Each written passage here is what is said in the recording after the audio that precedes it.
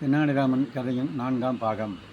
தெனாலிராமன் ஆவிகளை அடக்க யாரும் முன்வராத நிலையில் தானே மாறுவேடத்தில் சென்று ஆவியை அடக்குவதாக மன்னரிடம் பேச்சுவார்த்தை நடத்தி அவரிடம் முன்பணம் 500 ரூபாய் வாங்கி கொண்டு, இந்த மந்திரவாதியை அடக்கிய பிறகு நீங்கள் மீதமுள்ள 500 பொற்காசுகளை கொடுக்கலாம் என்று சொல்லி, சாமான்கள் மந்திரம் செய்வதற்கு வேண்டியதை அனைத்தையும் வாங்கி அரண்மனையில் வைத்து சொல்லி, அரண்மனையிலே இந்த யாகத்தை வைத்துக் கொள்கிறோம் என்று பேசி ஒப்பந்தப்படி அரண்மனையில் யாகத்தை ஆரம்பிக்க, அரண்மனையில் யாகங்கள் அமைதி விமர்சையாக நடந்து கொண்டிருக்கின்ற பொழுது, பலரும் கூடிய கூட்டத்தில் தான் 1 மணி நேரம் 2 மணி நேரம் என்று சில மந்திரங்களை அவன் ஓதிவிட்டு திடீரென்று எழுந்து ஓடி ராஜாவின் முன் தன்னுடைய போட்டிருந்த அனைத்து மாறுவேடத்தையும் கிடைத்து நிற்கின்ற பொழுது ராஜா பார்க்கிறார். உண்மையான தெனாலிராமன் நிற்கின்றானே என்று எண்ணி, ஆமாம், இதற்கு முன்னர் வந்து நீ பேசியது நீதானா என்று கேட்கிறார்.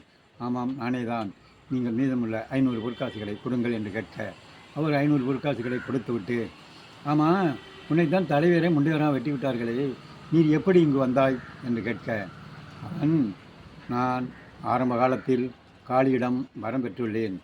காளி என்னுடன் பிரசன்னமாகி உனக்கு தலைக்கு ஆபத்து வரும்போதெல்லாம் நான் உன் ஆவில் யுத்தம் காப்பேன், அருகிலிருந்து நான் உன்னை காப்பாற்றுவேன் என்று வரம் கொடுத்துள்ளாள். ஆகவே என்னை அவர்கள் வெட்டியதும் தலை துண்டானதும் அவர்களுக்கு அப்படித்தான் தெரியும். ஆனால் காளி என்னை காப்பாற்றி விடுவாள். ஆயினால் என் உயிர் போவதில்லை, நான் வந்துவிட்டேன் என்று கூற, மன்னன் திகைத்து, அடாடா, இது என்ன புதுமையாக இருக்கின்றது?